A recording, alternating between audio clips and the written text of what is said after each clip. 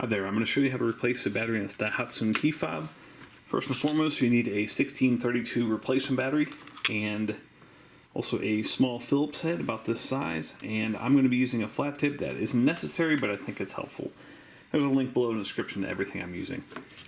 So on this key fob, this portion right here is used to slide out mechanical key. It's also used to slide out this back cover, so push that over, just take your thumb, push that out. Now there's 4 screws here. I've already removed 3 of them to save us a little time. Remove this screw,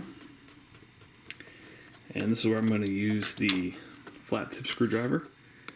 Put it right here, pry up, and then this battery here you can just press right here, and that'll pop it up a little bit.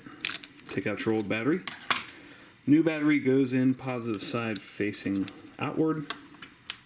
Replace your cover, and then this slides, obviously replace your screws, and this slides in like so, and then you want to squeeze this to finish sliding it in, and same with your mechanical key. Hope that was helpful. Make sure you hit that thumbs up button.